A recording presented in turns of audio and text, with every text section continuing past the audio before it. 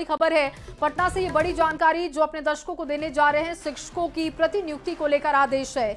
माध्यमिक शिक्षा निदेशक ने जारी किया आदेश, सभी कोटि की प्रतिनियुक्ति 31 जुलाई तक करे रद्द और सभी शिक्षकों के योगदान की तिथि 31 जुलाई तक बढ़ाई गई है। देखिए, सभी डीईओ 31 जुलाई के बाद ब्यौरा जुटाएंगे। छात्र के अनुपात के आधार पर यह ब्यौरा जुटाया जाएगा। इसके साथ ही जानकारी दें कि एसटी, एचएम और सभी शिक्षकों के योगदान के बाद ब्यौरा होगा। कितने शिक्षक विषयवार हैं, कितने कार्यरत हैं, संख्या के आधार पर शिक्षकों की प्रतिनियुक्ति होगी। 1 अगस्त से प्रतिनियुक्ति इस शिक्षा कोष से होगी और अधिकतम 180 दिनों के लिए होगी। जिला स्थापना समिति करेगी प्रतिनियुक्ति की समीक्षा। इसके लिए समय थोड़ा सा बढ़ाया गया है। माध्यमिक शिक्षा निदेशक का आदेश भी इस पर सामने आ चुका है। रजनीश लगातार हमारे साथ बने हुए हैं, उनसे हम जानकारी लेंगे, लेकिन फिलहाल आपको लगातार ये बड़ी जानकारी दे रहे हैं, जहां पर पटना से बड़ी जानकारी ये सामने आई कि शिक्षकों की प्रतिनियुक्ति को लेकर आदेश दिया गया है।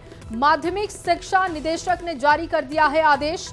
इसके साथ ही इसमें लिखा गया है कि सभी कोटि की प्रतिनियुक्ति 31 जुलाई तक रद्द कर दी जाए। सभी शिक्षकों के योगदान की तिथि 31 जुलाई तक बढ़ी और सभी डीईओ 31 जुलाई के बाद ब्यौरा जुटाएंगे। छात्र के अनुपात के आधार पर यह ब्यौरा जुटाया जाएगा। एसटी, एचएम और सभी शिक्षकों के योगदान के बाद ये ब्यौरा होगा। रजनीश हमारे साथ फोन लाइन पर जुड़ चुके हैं। रजनीश, विस्तार से प्रतिनियुक्ति को लेकर क्या आदेश दिया गया है, क्या जानकारी आई है, विस्तार से दर्शकों को बताइएगा। देखिए, शिक्षा विभाग के एसीएस के निर्देश पर अभी माध्यमिक शिक्षा निदेशक ने बड़ा आदेश जारी किया। उस आदेश में कई चीजों की जानकारियां दी गई है। सबसे पहले बता दें, जो अब तक जिनका डेपुटेशन किया गया था, जो प्रतिनियुक्त टीचर थे, उनके प्रतिनियुक्ति को पहले रद्द करने का आदेश दिया गया है। 31 जुलाई तक जो जहां है उनके डेपुटेशन को रद्द किया जाएगा। इसके अलावा जो टीआरई 3 के शिक्षक हैं, जो बचे हुए हैं, चाहे एनआईओएस डीएलएड वाले हैं या बाकी शिक्षक, उन्हें 31 जुलाई तक एक तरह से ज्वाइनिंग का फिर से मौका दिया गया है। इसके अलावा जो एचटी हैं, एचएम हैं, उनको भी, और इसके अलावा जो स्थानांतरित शिक्षक हैं, उन्हें भी मौका दिया गया। यानी 31 जुलाई तक वो फिर से योगदान कर सकते हैं, जिन्हें अब तक मौका नहीं मिला था। तो कुल मिलाकर ये कहें, टीआरई 4 की तैयारी शुरू हो गई है और साफ तौर से कहा गया है कि अब जो 31 जुलाई तक जो भी ज्वाइन कर लेंगे, चाहे एचटी हो, एचएम हो या फिर जो टीआरई 3 वाले शिक्षक हो या स्थानांतरित शिक्षक हो, वो योगदान दे देंगे। उसके बाद सभी शिक्षकों का ब्यौरा जाएगा।